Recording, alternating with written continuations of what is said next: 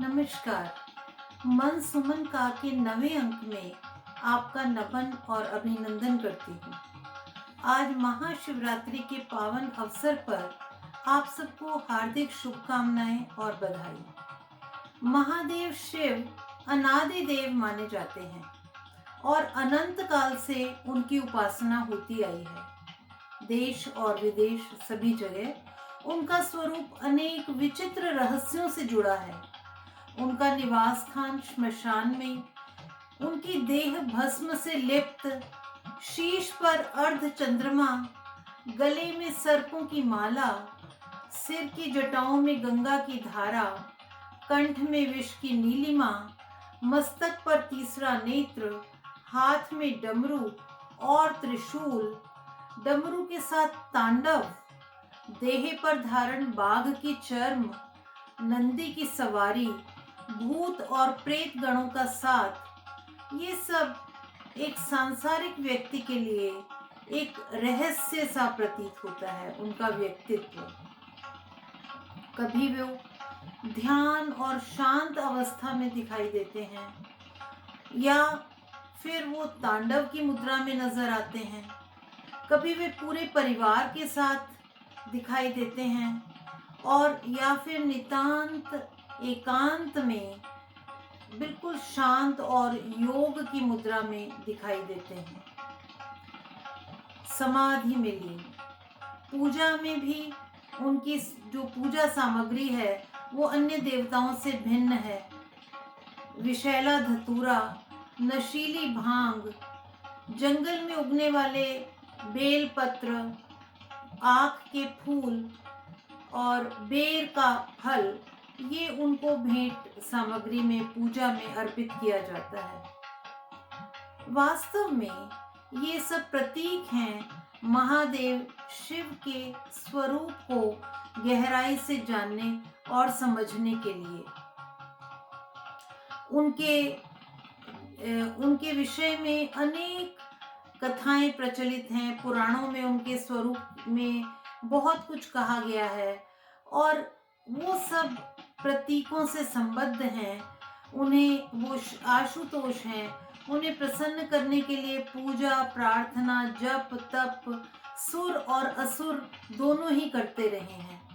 वेदों और पुराणों में ऐसे वर्णन मिलते हैं कि रावण ने उनके लिए बहुत अनन्य भक्त लंका नरेश रावण के उनके रहे और उन्होंने शिव की प्रार्थना करते हुए एक शिव तांडव स्तोत्र की रचना की।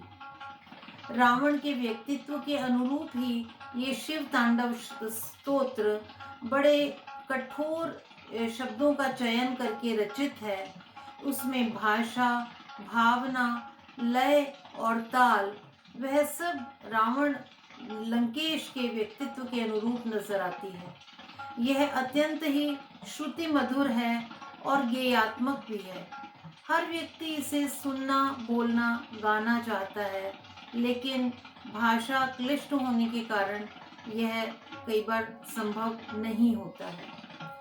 तो आज के इस अंक में मैंने शिव के पूरे स्वरूप से संबद्ध जो भी उनके प्रतीक हैं उनको ग्रहण करते हुए और शिव तांडव स्तोत्र की वो सरल हिंदी में प्रस्तुत करते हुए कहीं कहीं उस मूल स्तोत्र की छटा के साथ मैंने यह प्रयास किया है इसको प्रस्तुत करने का।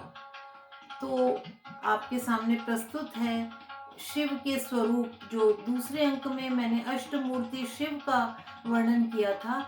आज शिव के स्वरूप के साथ यह प्रस्तुति मैं आपके सामने समक्ष रख रही हूँ। जटाटवी जलद्गलत् प्रवाह पावित स्थले, जटाटवी जलद्गलत् प्रवाह पावित स्थले, शिवो की जलधार से गंगा प्रवाह बह चला। गले में सर्प माल है, डमरू निनाद तांडव करते हैं विश्व का शिव, कल्याण सर्व सर्वदा। शुभंकर शिव सदा तनोतु न शिवा शिवम्। शुभंकर शिव सदा तनोतु न शिवा शिवम्। जटाटवी जलद्गलत् प्रवाह पावित स्थले। सिर पे है गंगा सोहती, नेत्राग्नि मस्तक जल रही। चंदा से चमकता शिखर, मन रम रहा इस रूप में। किशोर चंद्रशेखरे रति प्रतीक्षणं मम। किशोर चंद्रशेखरे रति प्रतीक्षणं मम। जटाटवी जलद्गलत् प्रवाह पावित स्थले। हिमराज की सुता सदा, जिनके है वाम भाग में। उनकी कृपा की दृष्टि से नष्ट हो भव की आपदा। मनोविनोदमद्भुतं बिभर्तु भूत भर्तरी। जटाटवी जलद्गलत् प्रवाह पावित स्थले। शुभंकर शिवा सदा हमें अनंत शक्ति दे। प्रलयंकरी गंगा सदा इस जग में सुवृष्टि दे। जटा कलाप निःसृता गंगा हो शुभंकरी सदा। इसकी पावन धारा से धरा का तन हरित रहे। गंगा की पावन धारा से धरा का तन हरित रहे। डमर डमर डमरु सृष्टि नाद को बता रहा। जटा है अंतरिक्ष चंद्र मन का ये प्रतीक है। त्रिनेत्र विस्तर दृष्टि का त्रिशूल सत्व रजस तमस। संसार विष से ना जले तो कंठ अपने धर लिया। सर्पों की माला ऊर्जा का संग्रहण बता रही। व्याघ्र वस्त्र हिंसा का वशीकरण दिखा रही। मुंडों की माला भस्म की जग की नश्वरता बता। माथे त्रिपुंड तीन लोक तीन गुण बता रहा। नंदी सचेत बैठने का पाठ है पढ़ा रहा।